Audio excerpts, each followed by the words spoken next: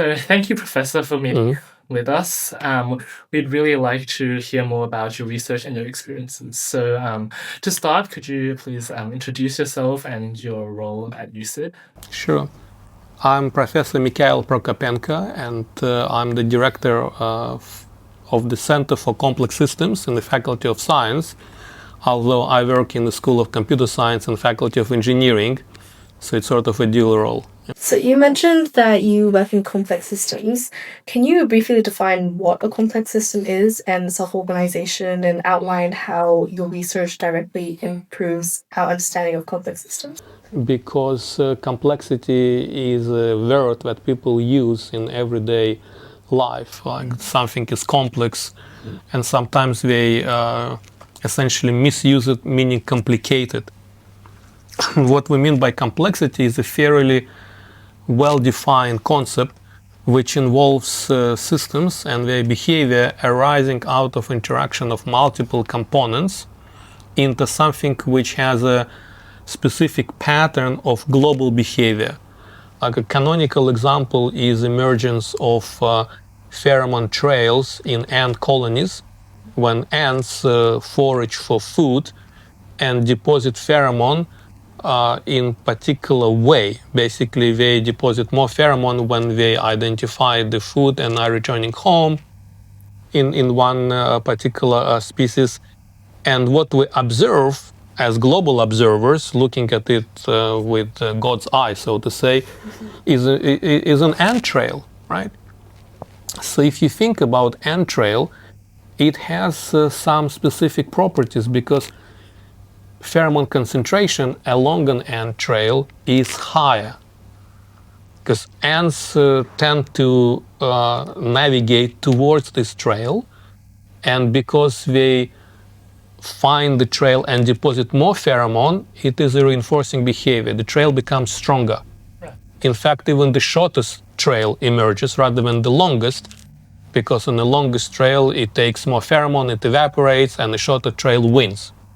So if you ask yourself a question, where is the causality here? Are the ants create the trail, or the trail itself guides ants' behavior? It becomes a circular causation, like bottom up and top down. Yes, the ants travel, forage for food, deposit pheromone, and the trail is a product of it. However, the pattern as a gradient in the field, the pheromone field, is in itself guiding the ants towards it, right? Because they are attracted, the pheromone is high, right? Concentration is high. So it means that you have both bottom-up construction and top-down causation. Another interesting example is genotype and phenotype relationship, also from biology. But if you think of it, then DNA is almost a digital code describing the way phenotype is supposed to be constructed out of this description. And yet the phenotype, once it's constructed, will have a copy of its own description. And when two phenotypes, say, cross over, a new description arises, right? Not arises in this case, it just copied or crossed over. A copy is created with mutations. But again, you have genotype driving the construction of the phenotype via very complex biochemical process of DNA transcription and translation. But then the phenotype, because of the inheritance mechanism, manages copying and spread, so to say, of this particular genotype. So again, you can't say which is more preferred causal direction. You have both bottom-up from a low-level description, from the coded description, into the global phenotypical phenotype, and then phenotype itself via inheritance system and environment guides the reproduction and replication of this genotype. So it's mostly a focus on these types of self-referential logic. It's one of the signatures, one of the tell signs of complexity. But obviously complexity science is more broad than the examples I just gave. I'm just trying to give canonical examples, but you could talk about other models, say self-organization, in terms of, let's say, again, two canonical models, forest fire model or sand pile avalanche models. Forest fire model is describing a spatial distributions of, say, trees in the environment where lightning could ignite one of the trees. And then you assume that if a tree is ignited and there is in proximity, in close proximity to this burning tree, another tree, it will catch fire and the fire will spread. So you could start with a random configuration, some trees isolated almost, and allow the trees to grow. Lightning will strike rarely, but the trees grow more or less fast, at a faster scale. Question that you ask yourself is, what would be the density of this forest in general? And there is a well-defined model, and you could give a unique answer in two-dimensional space that it will reach something like above 60%, but not much. Why?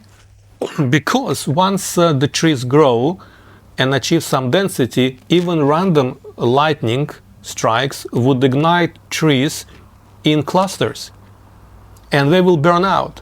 So if they were isolated, a single lightning strike, which happens rarely, would not destroy the whole grid. But if it's very densely grown, it would basically burn it in one go. Sorry. So basically, you could think of it in two ways.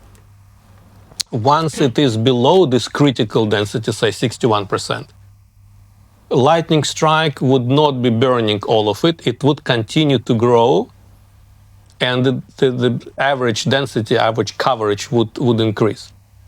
If it's overgrown, chances are it will burn. So from both directions, there is some sort of tendency to keep it towards this critical point. If you graph it, like that 60% is the acid, and from the Yeah, exactly. So it would work something along these lines. Another example, say you have a sand pile and you keep adding some sand particles on top of it. It begins with a flat surface and it grows like a little hill, a little mountain, and doesn't really cause any avalanches because it's fairly non-steep, and it keeps getting the slope increased. It goes higher and higher until it reaches that point. Critical point again, that adding even a single particle would cause an avalanche, and it will again resolve the tension to something less steep. Again, there is a critical slope, a critical angle over which the probability of large avalanches is fairly high. You could think all these examples like sand pile model, forest fire model, or in ant colony, the parameter could be the deposition, pheromone deposit rate or evaporation rate. There is always a parameter that is serving as a control parameter, and you could sweep the space of this parameter from low to high and find the critical point, tipping point, at which the system undergoes a sharp transition from one configuration to another. From configuration which is like, you have no avalanches, and then suddenly you get a lot of avalanches. No big fires, and suddenly have a lot of big fires. No trail formation, ants are pretty much foraging like headless chicken, and suddenly they get to a trail creation. So there's always a tipping point. And you could look at technological examples like cascading failures in power grids. Same underlying or very similar underlying mathematics. You could think about epidemic thresholds. What is the transmission probability of any given virus in terms of how many infectees a single patient, a single infected agent could infect. And if it's above an epidemic threshold, about 1.0 in fact, you get epidemics, like big fires or big avalanches. If it's below 1, outbreaks die out and you do not have epidemics. So mathematics behind is very, very similar. And that's what complex systems as a science is trying to study in the most general form. Why do we have these critical regimes at critical points? Why do we have this, as physicists call them, phase transitions? Because in physics, it's more or less understood in equilibrium systems. It's called the phase transition. You could talk about magnetization. Right? You get a material which is non-magnetized. At a particular temperature, it's not a magnet.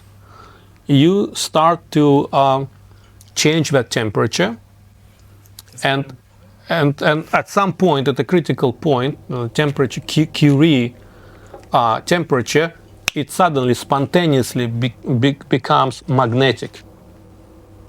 Why? Because individual spins, individual particles at hot temperature, they are not oriented. They basically don't have any preferred direction. They are completely randomly oriented. There is a point.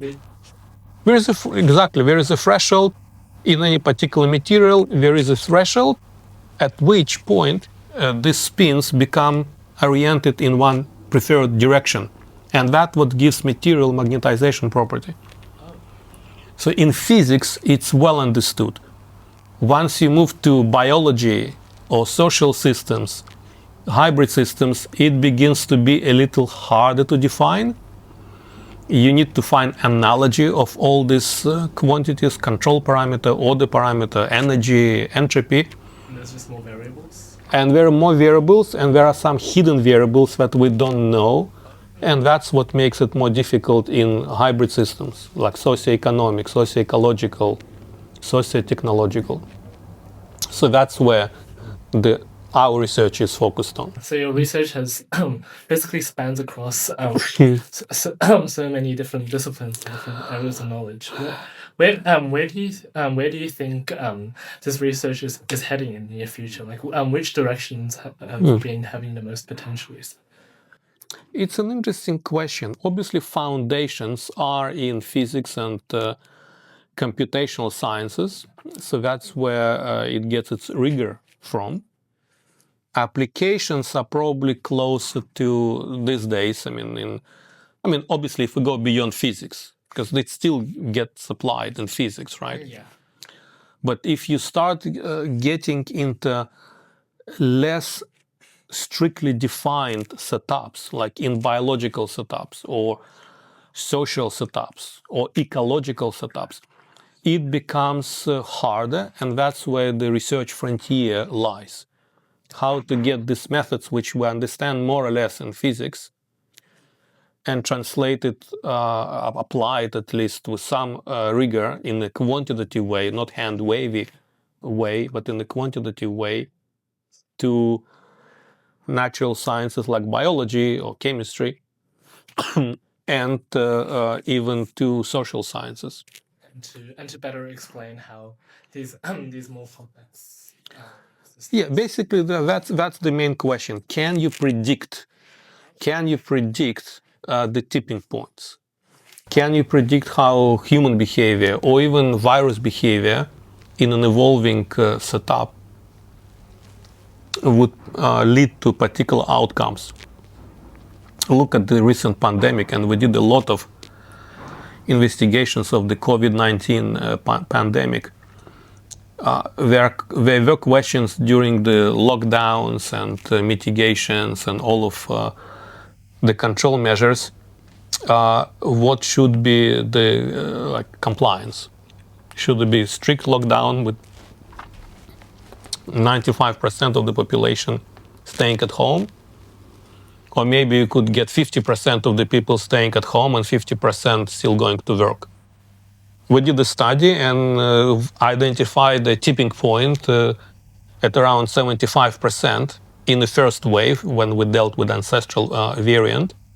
In Australian context, and we used census calibrated model, some point between 70 and 80% of population staying at home most of the time, would be sufficient to suppress it. And that was a recommendation that we produced. As the virus was mutating, however, the compliance percentage was required to be higher. And at some point it became essentially not sustainable when the virus got into, say, Delta with very high transmission rate. I mean, the compliance ratio would have needed to be over 90%, and that was not feasible. Yeah. Right? But fortunately, by then, vaccination was complementing the lack of compliance. So you could also ask the question from the virus point of view, how transmissible should it be to spread and proliferate in a particularly successful way? It's important from an evolutionary And that becomes important from the evolutionary standpoint, and that's what we've been working on very recently. Still, the paper is coming out. It's still under embargo, but I mean, obviously, you're not going to give it to the major news outlets. And it's an archive anyway. It's an archive preprint server anyway. So outcome there was to show, basically, well, not the outcome, but at least the target was to show that under particular intervention regime with both vaccination and still some limited, say, mask wearing, some sort of compliance, you could trace and predict evolution of the virus in terms of its strains, multiple strains and variants. In which direction would it continue to evolve? Would it evolve in a superbug? Would it evolve in a particularly nasty way, right? So basically, we try to combine the transmission model through different agents, and we work, as I mentioned, census-calibrated model with, say, millions and millions of agents, and combine it with the evolutionary part, where each agent has its own unique genome of the virus with the capacity to mutate at some frequency given what we know about mutation rates. So concurrent model with within host evolution and the transmission under control measures, which are feasible and realistic, was simulated over 5-6 years, starting from 2020. So basically it still gives us a look ahead of maybe 1-2 years, checking whether it will stay endemic as we are used to, with some occasional flare-ups, or maybe it will create some particular configuration that it will escape quite badly. Because we also model immunological history, and we also model repeated infections like reinfections in a fairly realistic way. Or whether these fluctuations would sort of subside and get more what we're used to in terms of, say, influenza. Right. So, I mean, basically, that's what the model, very comprehensive model, is about. And we were trying to see what are the likely longer-term predictions. Because previously we did predictions like 6 months ahead. Ancestral variant or Delta or Omicron, 3 months ahead, 6 months ahead. But this was like a 5-6 year prediction horizon. And we, in the first 4 years, we already have the data to validate the model with. So we had not a lot of freedom to change all these parameters. So once it agrees over the first 4 years, you could trust with more certainty what happens in the next 2 years, or maybe 5 years versus 1 year. So, I mean, that's, again, you could say, is it really a complex systems project? It overlaps with complex systems. It has a lot of epidemiological knowledge or immunological knowledge. And it has a lot of computer science knowledge as such. But because we deal with a lot of agents in the kind of more manageable scenario, say 2 million agents, then you could scale it to 8 million, 25 million agents. The way they interact is not prescribed completely, right? I mean, it's always probabilistic, because we model where people live, household clusters, where they work, working group sizes, how they commute.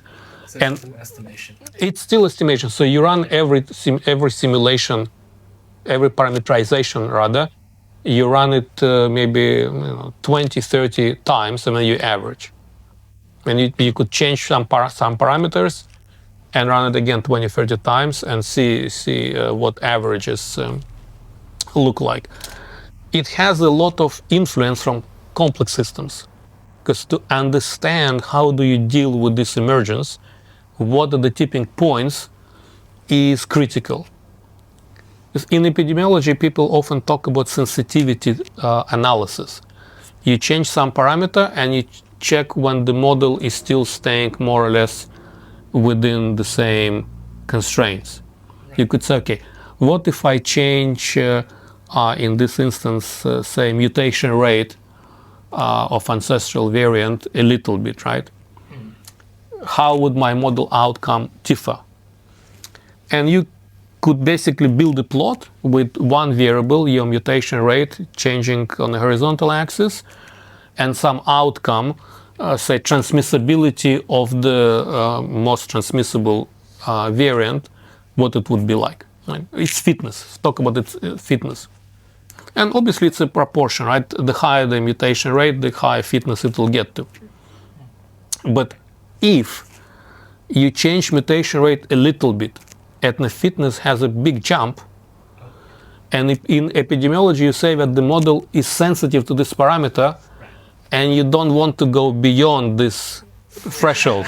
You stay within where the model is robust.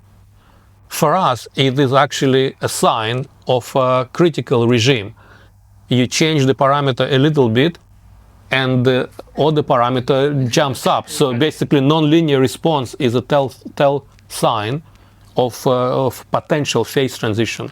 So you want to go beyond and see what actually does it mean. If you get to another phase, what does it mean, right? So the model may not be robust at this point, but it tells you something. So that's the influence of complex systems. While if I stayed, say, with just epidemiology or computer science, I would simply limit it by this left and right bounds, low and upper bound, and so, okay, that's within these limits, the model is robust, and that's it, end of story.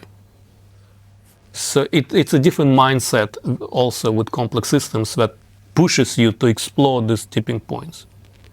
This stuff sounds really cool, right? Like Yeah. complex systems, it's applicable to a lot of things. Like you mentioned socioeconomical, physics, all kind of branches.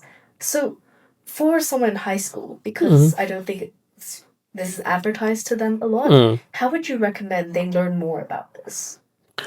It's a tough question. I mean, look, people obviously these days read a lot, and there are some good tutorials and good explainers, like Complexity Explained, at least in introductory form.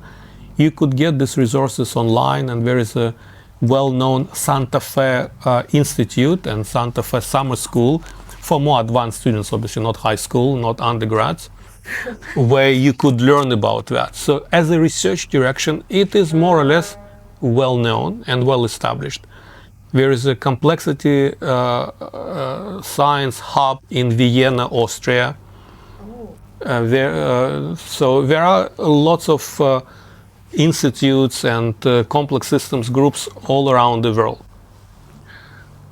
But to explain it at a level where people can see that as an educational offering, or it's hard, because it goes over so many areas, and people at the end of the day want to have a clear understanding and a profession. Okay, is it chemistry, or is it biology, or is it history, right? But it's too general. Once you start generalizing and abstracting away, it becomes quite general. But as a research direction, people understand where the strengths are. And look, we're sitting here in the School of Computer Science, and we're doing a lot of projects with biology and medicine.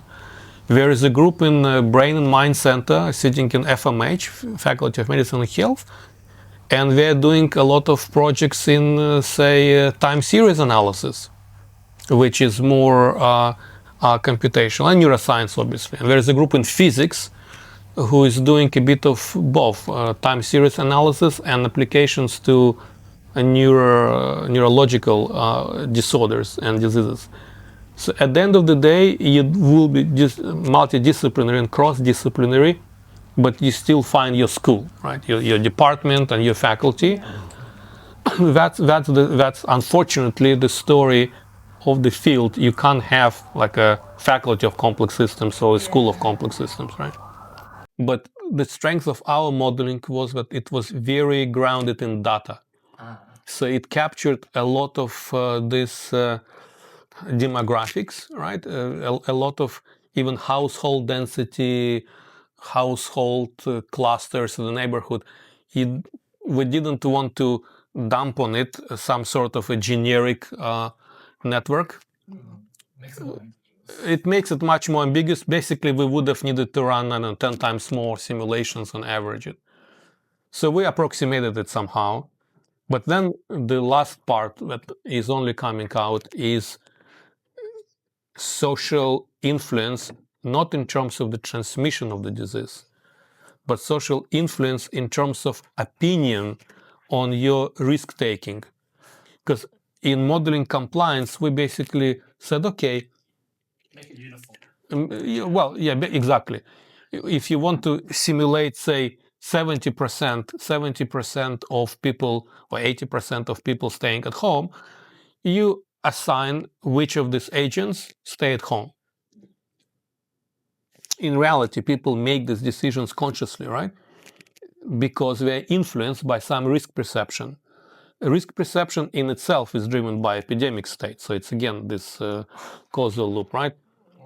So it's an interesting kind of feedback loop. But risk perception could be influenced by your social network. And to model that, you need to have opinions of others who are not necessarily in your household, not necessarily your working group.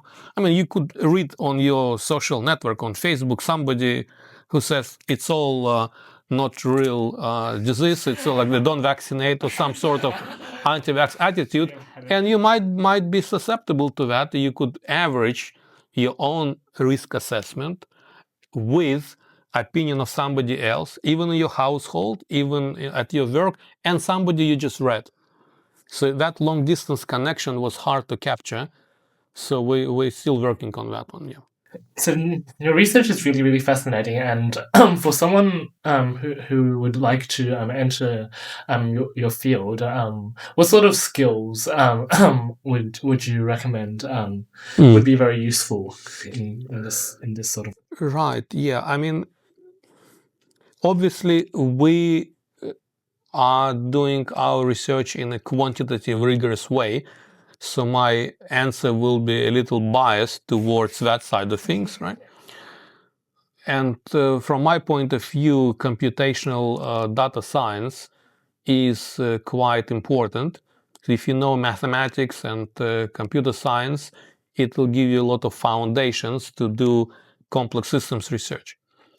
A lot of people, our colleagues and collaborators, come from physics, because it's also a quantitative, rigorous field, and people get good intuition about these long-range correlations and scale invariance and a lot of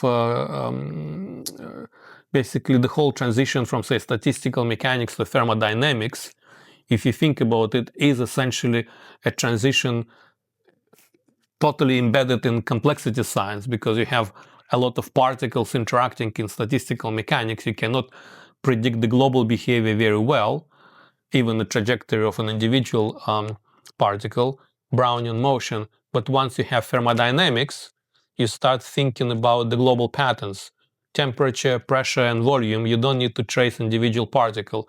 You already switch to a higher level abstraction.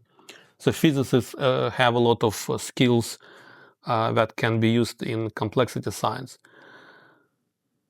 But I don't want to be too biased, and there is a lot of insights generated in social sciences and in biology as well, which is not necessarily quantitative, but it gives some useful intuition and mindset.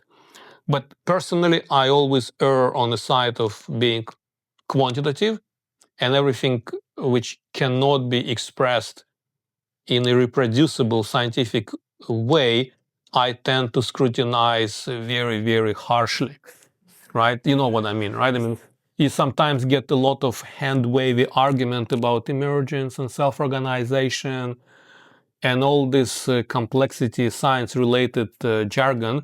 And at the end of the day, it becomes almost an empty discussion because you cannot pin the argument to anything else. Let's see it in action. Yeah, I want to stay with something which, at the very least, can be studied in a reproducible way. Because for me, this is what science is about. I mean, I don't deny the value of philosophy. I have a lot of connections with philosophers, and but they use logic, right? And I mean, this is something which is scientific. You know, Karl Popper, as a philosopher, drew a line in defining which theories are scientific and which are not. He basically said that a theory could be called scientific if it is falsifiable in principle. If some system of beliefs is not falsifiable, it's not scientific. What it means is you could build a system of beliefs, you could believe it, right? But if you cannot devise an experiment that would falsify it, it's not a scientific theory. It's a very strict line. If you think about it, some of those bizarre theories could be verified. They could become pretty much facts, right? But nevertheless, they would still be not scientific theories. They would be some sort of metaphysical if they were not falsifiable. A scientific theory is supposed to come with the test that you can do, and you could either confirm it or falsify it and reject it, like a hypothesis. If you cannot do it, it's a belief, right? So people who end up scientists essentially have it almost ingrained in their mindset that they keep building these hypotheses, proposing hypotheses, checking, verifying, or falsifying them. So the fundamental skills that need to be here are the analytical skills which can scrutinize and either accept or reject. So we don't want to have people who just propose a theory without any means to test it, and then the discussion becomes essentially empty. Oh, yeah. It's basically an exchange of ideas that nobody can verify. I mean, okay, and that's how science is developed. Yeah. You keep questioning what is. Exactly. Theories could replace one another, but the ones which were falsified eventually don't cease to be scientific theories. They were just rejected. And you just build up. And you build up on them or reject it and move on. But they still remain scientific theories. Right. While some beliefs which never rejected, because they are not even falsifiable, don't begin even to be scientific theories. They are just there for, blind acceptance, right? So you've mentioned how in complex systems it has like applications to a lot of industries, right? What's your specific area of research and what do you look at? In the last, I think, 8 to 10 years, a lot of my focus has been on epidemiology.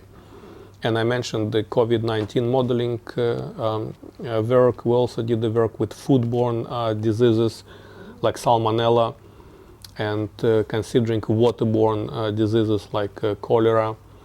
So it has taken a lot of my work, and a few of my PhD students and postdocs were funded by ARC discovery projects in this field. So it's a well-defined track, and a lot of effort goes there. Another direction is more theoretical, maybe more hardcore complex systems. It is related to critical dynamics and critical regimes. And we use some canonical models like Ising model of ferromagnetism or magnetism in general, trying to consider both equilibrium and non-equilibrium setups. So it's in physics. In terms of applications, I wouldn't say that goes into any fancy application as yet, although we are talking to some other people. But ironically, it has some sort of connection to robotics. You wouldn't think so, but once you start thinking about some general principles for cognitive behavior or for machine behavior, you want to, especially if you're talking about, say, swarm systems, systems which contain multiple agents, multiple robots like drones, like drone swarms, you could contemplate modeling this distributed artificial intelligence as if it was a system which may undergo critical behavior. And if you understand how by changing some limited number of parameters you could guide the swarm in a particular way, you can control it in a better way. Because the advantage of a swarm is in having distributed intelligence, right? You can't destroy all of it, and even if you lose 50% of the drones, it still is a functional unit if it is behaving in this collective intelligence way, right? So you want to keep it self-organizing and flexible, but obviously you want it to achieve a particular goal. You can't just let it be and fly freely. So how do you combine a goal-driven aspect and this collective intelligence is a challenge. So a lot of our fundamental work in complex systems is essentially trying to solve this challenge. It's called guided self-organization, GSO. So that, I would say, is another fundamental direction of my work. They don't really overlap much, although some algorithms are similar, but they don't overlap. This computational epidemiology, or digital epidemiology as people call it, and guided self-organization with collective intelligence on a mission is two different directions that personally I'm involved with, and my PhD students are in these areas. Which one would you say you enjoy more? Because on the immunology side, Yeah. your research has very practical applications, Yeah. saving lives, and you're improving the health of Yeah. everyone. But on the other side, it's like you're on the cutting edge of the research. You're like driving forward human knowledge. So, Right. I mean, look, an honest answer would be that I'm obviously more passionate about the GSO, guided self-organization, where, like you said, it's more on the cutting edge, and scientifically it is less certain what the outcomes might even be or what are the underlying principles. Right? So it's almost like we're going to catch this elusive principle of collective intelligence, and yet it's not immediately in reach. While epidemiology, I obviously continue to work in, and like you said, it makes an impact. We're still passionate about it, but it is more on the application side, and it's more driven by particular set of circumstances. If it is, say, the pandemic, like COVID-19, we dropped everything, and for 4 years we did just that. But now that at least the pandemic is behind us for now, we could put more resources and effort into more fundamental science. And moving forward with it. And moving forward with it. I mean, look, we did not abandon the epidemiology part. I mean, like I mentioned, we're still publishing, and but the horizon of modeling shifted again to longer term.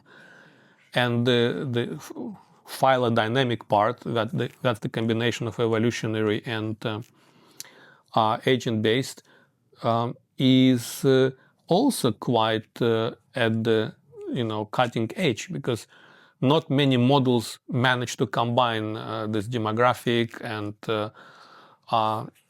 public health and evolutionary angle. There are a lot of unknowns there too.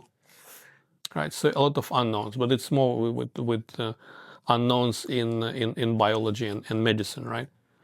So we're all passionate about it, but at least we have some freedom to maintain a healthy balance between more fundamental research and more applied research. During in 2020 plus 2-3 years, it was pretty much 90% in there. So what is a currently unsolved problem that would really be a big step forward for complex? There are a few directions, and people would obviously, given their specific expertise, give you different answers. Like if you're coming more from a biology side of things, you would probably say origin of life is one of the problems that many complex systems theorists work on, because it's sitting at pretty much interface between abiotic and biotic lives, right? And you look at the matter, which has been changing and evolving in quotes over millions and billions of years, and then in the last less than a billion year, we have emergence of life on a single planet, which got very complex very quickly. So where is this origin of life? Why did that happen? Is it a fluke?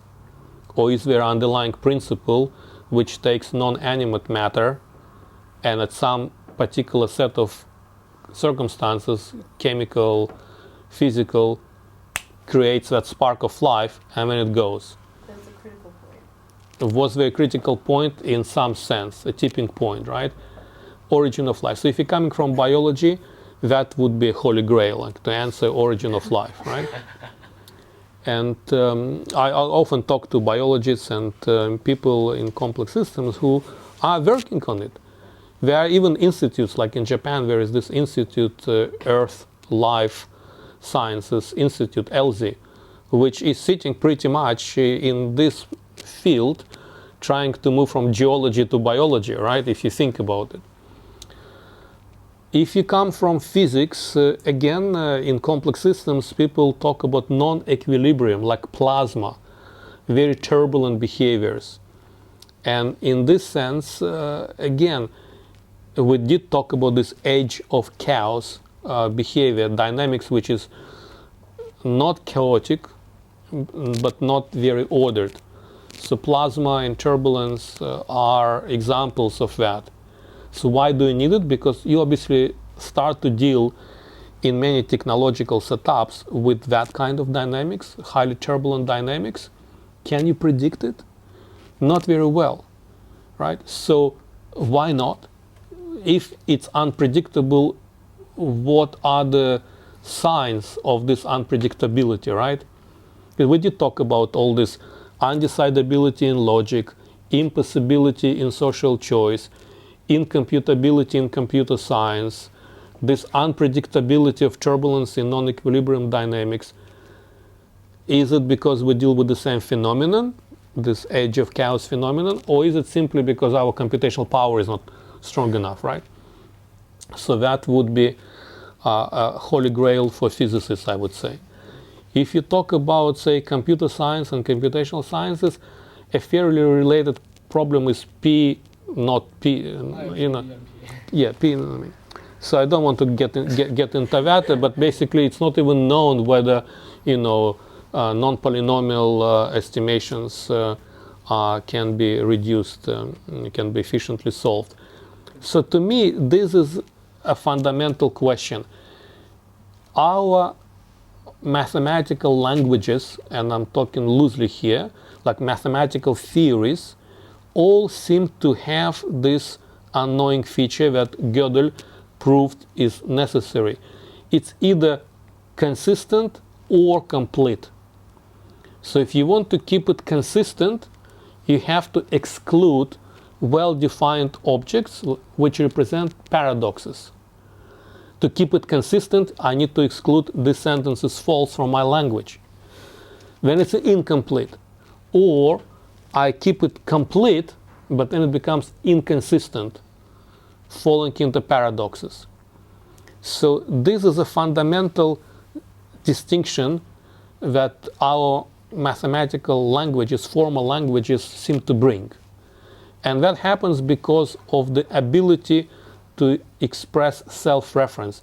This sentence is false. Or this ant pheromone trail influences this ant itself, right? So it is made out of ants and it influences ants, right?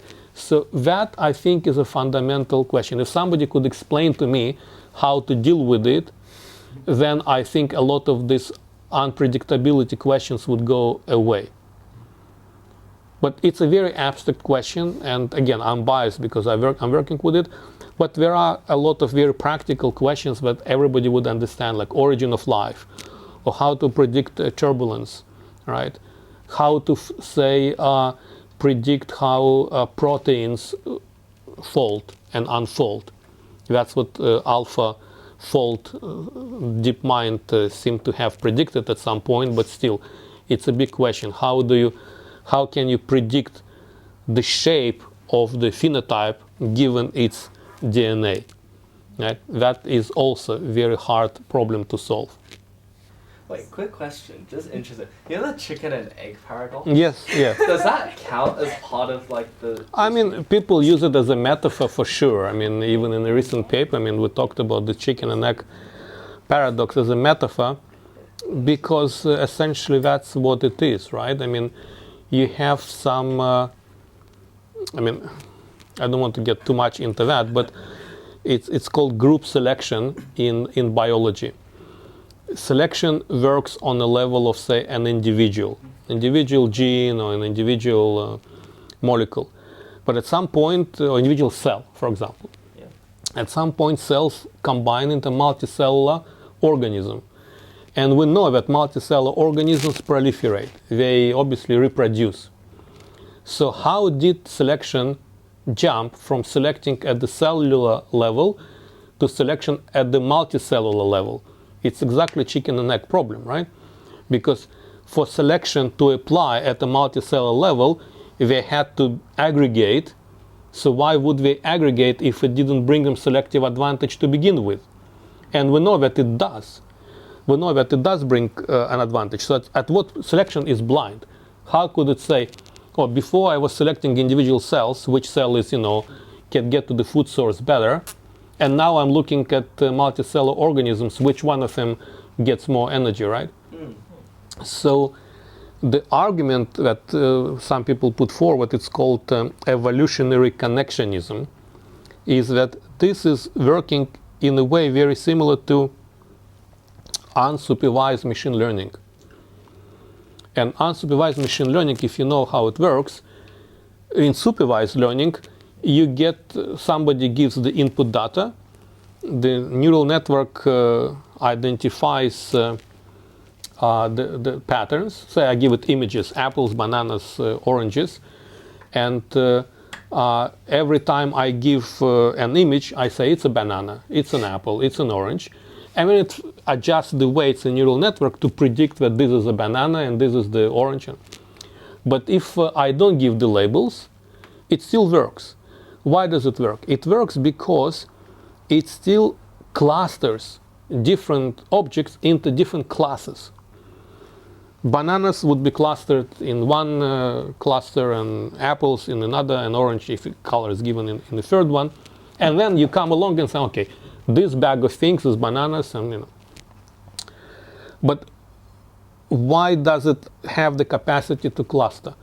Because the input already comes in a diverse, non-homogeneous way. If you think of this input as just environment, if environment is heterogeneous, non-homogeneous, it will find a way to get you patterns. It will find a way to cluster it. So back to the cellular multicellular thingy. So if the environment is non-homogeneous and can reward the clustered behavior, the capacity to cluster would be just there. Things could intermingle. And as a cluster, they will get access to a different energy landscape. Basically, they could get better food, faster food and whatnot. So the switch from selection at an individual level to selection at a collective level happens because environment is non-homogeneous. The system is adaptive. It could find this, reweight the weights, and then the reward will be realized. But what it also means, and that's how I bring it back to my logical view, the way what it brings with it is that the individual cells, for example, individual genes, were codifiable with the more limited alphabet in comparison to the alphabet, so to say, that needs to codify the more complex, more collective behavior. Which means that at every jump from individual level to collective level, you need to change the alphabet. You need to change the code. From chromosomal coding to genetic coding, from genetic coding to epigenetic coding and whatnot. And that is essentially coming back to this undecidability question, because in computer science it's also known that if you have a system, formal system, where some paradox is formed, it's either consistent or complete, and you want it to be complete, but there is this paradox that you cannot assign true or false, you don't know.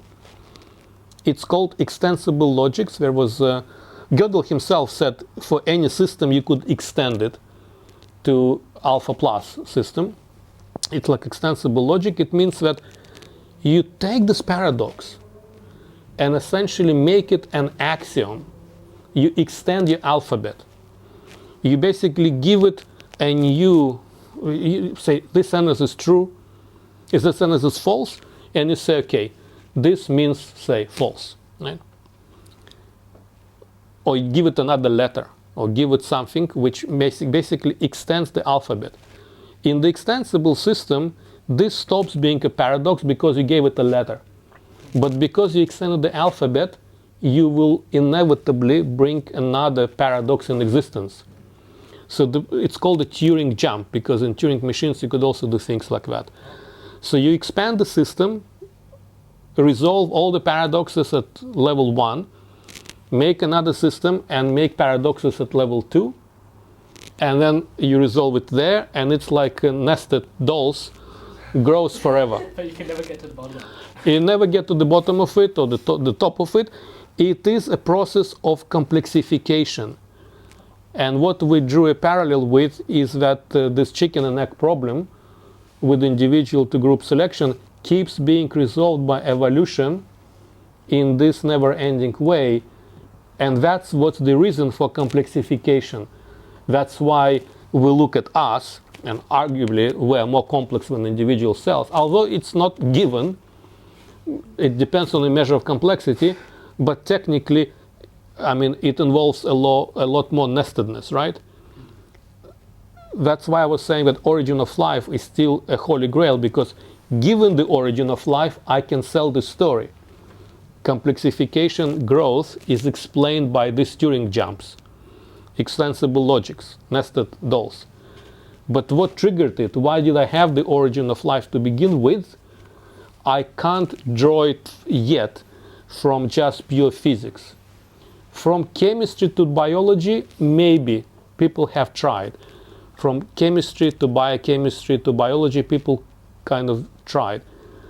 But why is there even chemistry to begin with, right? That abiotic to biotic transition is not just, some sort of complexification. At least I don't know what would be the story. But chicken and egg is definitely one of the motives in our discussions. Yeah. So then, as we can tell, there are so many different areas that your research can be applicable in. So with this much potential out there, if you had, let's say, unlimited resources and no constraints, which area would you pursue your research? It's a very interesting question. Again, I need to be kind of considerate in terms of what I can and what I'm able to do, and what really would make me very happy if we solve it with in a combination with other researchers. I would probably go for origin of life. That would be something that I would say is most rewarding and not necessarily out of reach, because our understanding in biology and biochemistry is quite advanced. So that would be one of the questions. Obviously, I'm interested in the phenomenon of intelligence and consciousness. We didn't talk much about consciousness, but it's another holy grail in neuroscience. Where does it start? Where does it come from? Is it even an illusion? Because it's not just about intelligent behavior, it's about it's not just self-awareness, it's a question of consciousness. Can we explain that in some sense, given our knowledge of neuroscience and computer science and maybe some complex systems, so emergence of consciousness. And the third question is this more social science, rise and fall of civilizations. Because it's very hard to formalize, it's because so much is involved, which is not necessarily reducible to physics and human behavior, right? And yet we see some of the motives all the time in social science, like civilizations, and it's like empires. Let's simplify, not even civilizations, empires. They sort of grow and spread and then inevitably collapse. All history is about that. Although some people argue that we're moving to some sort of global empire, but again, maybe not. Unlikely, right? Unlikely. So it looks like this is almost, if not cyclical, but at least some sort of periodic behavior. Maybe not periodic, but some sort of fluctuating behavior. Can we, if not predict precisely, at least give some sort of attractor description? And more fundamentally, a rise and fall of civilizations, which involve a lot of different forms, is a fundamental question, right? So these three would be my three choices, like origin of life, consciousness, and this more societal dynamics question. You mentioned like the consciousness thing and how in complex systems there's usually like a critical point where like you have not much and then everything, right? Would consciousness would the question you're pursuing be something like, when does consciousness start? Like it's not, there's no consciousness and then there is consciousness, right? It would be essentially based on that. Yeah, I mean, it's a very intriguing question. And many people try to pursue it along these lines and reduce it to some sort of connectivity in the neural network or architecture of a neural network and measuring some quantities that would correspond to amount of consciousness. So they would turn this binary question to a question of how much consciousness is there. I'm not subscribing to these theories. But again, I don't have a better alternative, right? And an interesting possibility is in the kind of depth of nested representations. So if you think about it, let me explain with an example and you'll see what I mean. When we interact, we have, as humans, we have a capacity to build a model, some cognitive model of what's happening in the mind of your the other person you're talking with, right?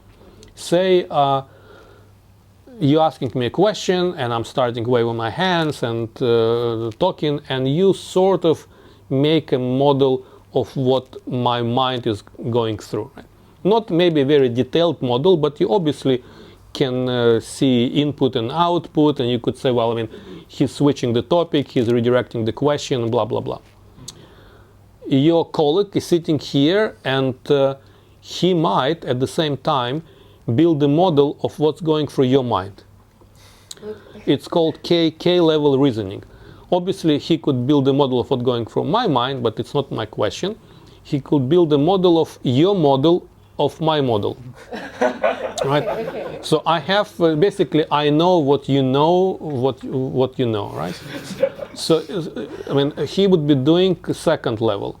So I'm the 0 level, you build a model of what goes through my mind, it's one level, level 1, and he'll build level 2 model and of you having a model of me. And it's not unheard of. I mean, it's not something we do every minute. But if somebody asks, what do you think about what she's thinking about me, you could make a guess, given some sort of previous interaction. Level 2, you making this video, and you could make a model of what goes through his mind about what goes through him. Breaking the fourth wall. It's level 3. Level 3, and you could make some reasoning about it. You could at least explain with some precision what went through the mind of your friend when the question was asked. So it's kind of backtracing. And if we really push it, you could make a model of what goes through his mind. Level 4, right? It's definitely rare, but it's conceivable. Level 4 we could easily do. Beyond level 4, it starts to be very fuzzy, starts to be really kind of blending into same level. Why? Because we don't need that kind of skills in everyday life. Yeah, we could hunt together as a group of 5, but a group of 10, but the practical reactions that we need would not need that level 5, 6, level 7 reasoning. Level 4, level 5, we can get for granted for humans. Okay, conservatively say level 4. Now, primates. They're also social animals. They could also share bananas or something, batteries, right? So they can arguably build a K level, maybe not level 5 though. I mean, they all could think about a subject, all of them, but in a sequence, maybe level 3, level 4. Like, okay, you give me the banana, you think about why is she giving me the banana, what goes in her mind, like mother and child and father and mother and child and a cousin, brother. You could build a model, like monkeys could build a model. Maybe it's even comparable to humans. Okay, maybe it's also level 4. Okay, cats and dogs. Okay, I play with my cat, and my cat knows I'm playing. I'm not really hunting. It definitely knows I'm playing. So it builds a model of me. Right? Realizing that I'm playing and not hunting is a modeling skill. Say there is another cat. The other cat may also understand that I'm playing. That would still be level 1. But the other cat would realize that the first cat understands that I'm playing. So level 2 of the second cat would know that first cat knows I'm playing. That I can conceive, that scenario. But level 2 is there. Would there be level 3? Like third cat understands what the second cat understands what the first cat? I don't think so. But even if it was level 3, definitely not level 4. They would gang up on me if needed, but it would still be level 1. But a sequence of refined, more or less, probably stays level 2, level 3. Okay? Okay, now let's go to something more simple, like a lizard. And it suddenly becomes level 1, if at all. Maybe a lizard understands what I'm playing, not feeding, maybe. Maybe not. Definitely not level 2. Not conceivable, right? And for some worms, level 0, right? So there is a sequence there, like level 0, 1, 2, 3, 4, along this trajectory of more complex cognitive abilities. So some people argue that consciousness essentially starts along this level K. Like a worm would not be conscious even, because level 0. Once you get to level 2, you need to have some sort of cognitive ability, because a model of a model. Like a cat would be somewhat conscious. If the second cat understands what the first cat understands what I'm playing, it's a model of a model. Once you get nestedness, you sort of start talking about consciousness. Level 1, lizard is aware and even self-aware, but is probably arguably conscious. But you see, this difficulty comes because it's a fine line. But to me, this K-level reasoning at least gives some sort of rigor. Some sort of rigor. That's what I think could be an answer to your question. But I don't think it's some sort of like give a neural architecture and I measure its connectivity, it magically gives me some critical point. I don't think it's as simple as that. But it could be along these lines. Could be, I just don't know yet. Okay. You mentioned earlier about your development of a model to predict the COVID-19 pandemic. I know it's a little late to ask this in 2025, Yeah. but how accurate was the model in terms of modeling what actually happened with the pandemic? And also, Yeah. what is the outlook for the future of the COVID-19 virus? Yeah. I mean, at the time, we were getting a lot of interviews and a lot of questions were asked along these lines. And in 2020, we did our first release of the modeling results. I think it was the very end of March, maybe the last week of March. And at the time, we were able to predict, say, a couple of weeks ahead that the peak of the first wave and will happen at, whatever, end of the first week of April, around 5th or 6th of April. So it was 2 weeks ahead prediction in terms of the timing and even magnitude. It was still in hundreds, but at the time it was still big number. Then we were able to predict that once we relax the restrictions, a second wave would be likely, and it happened in Melbourne. So that we predicted 3 months ahead. In 2021, and timing as well, we pointed out July. It was pretty much inevitable. But in 2021, we were able to predict for Delta, given it takes a while to build sort of the initial segment of data and calibrate your model to new parameters and validate it with this initial segment. Once we accumulated, I think it was 4 or 5 weeks. So it started, I think, mid-June, and by end of July, we had a good model.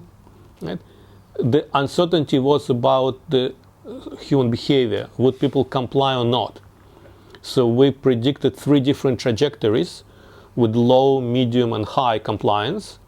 And within these 3 trajectories, we were tracing the actual human behavior. And it was still going around the middle one. So we were able to predict that the peak will happen in October. So I think in the middle of August, we predicted the peak in October. Basically, all 3 trajectories peaked at around the same time. Obviously, the lower compliance would be higher numbers and peak later.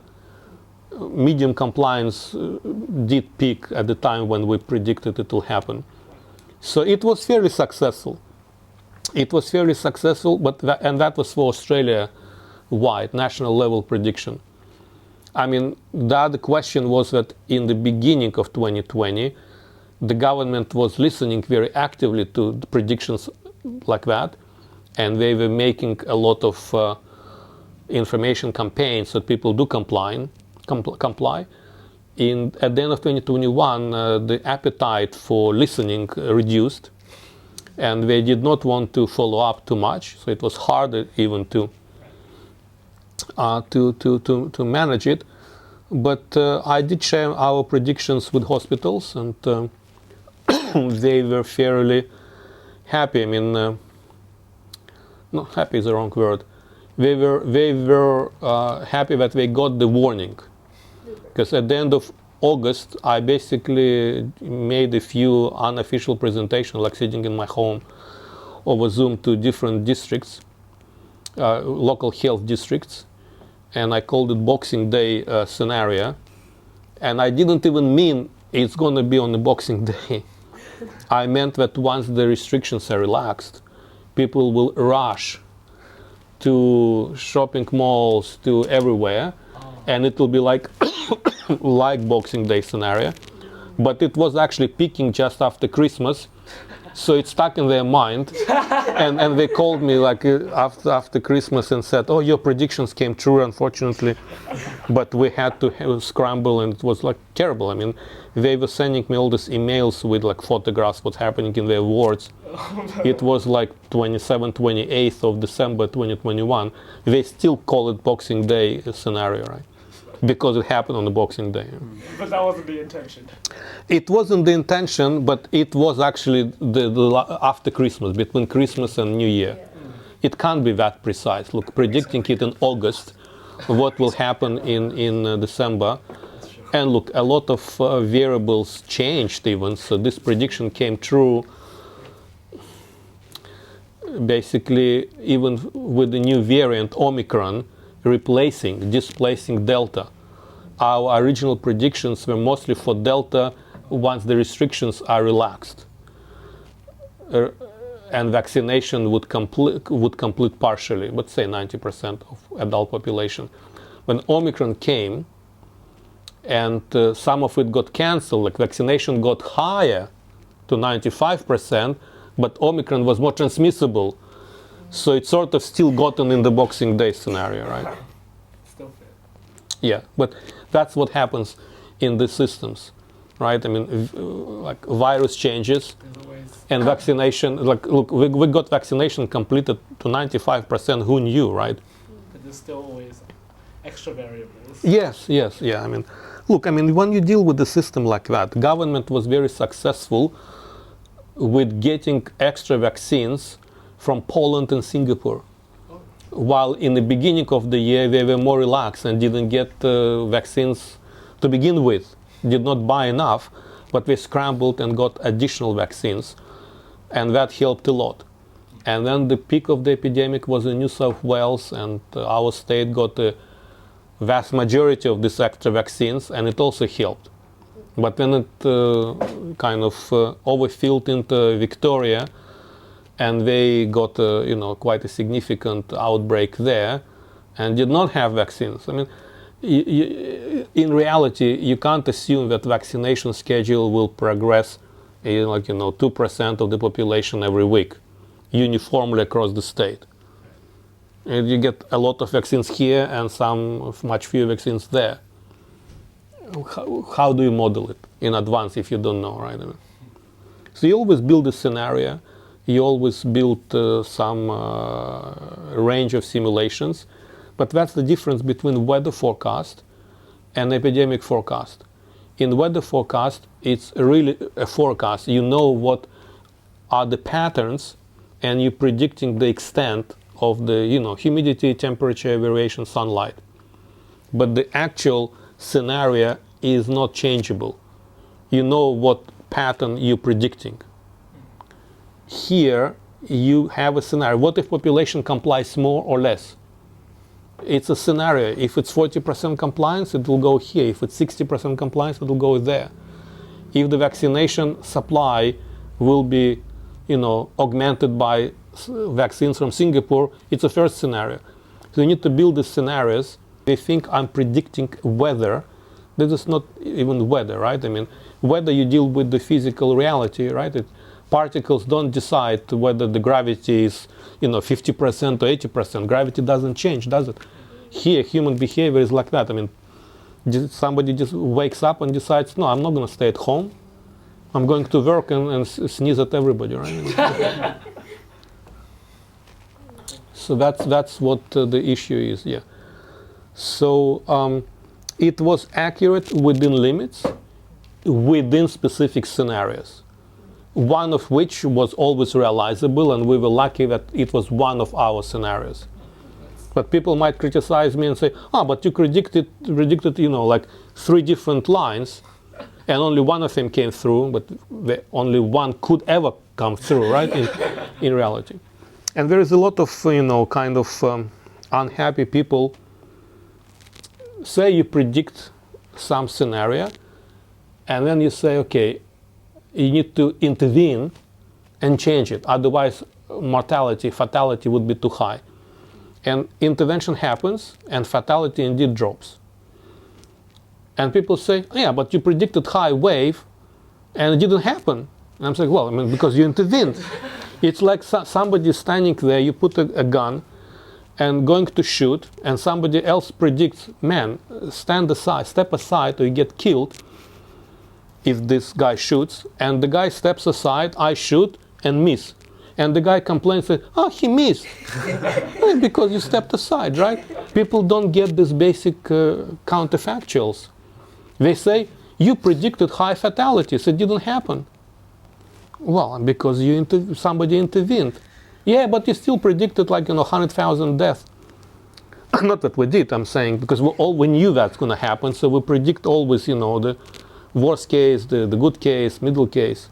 Thanks. Thank you so much for your time, Professor. Thank you. Good questions. To offer you a small gift. Thank you very much. You don't have to, but I appreciate the gesture. Yeah, okay. Thank you.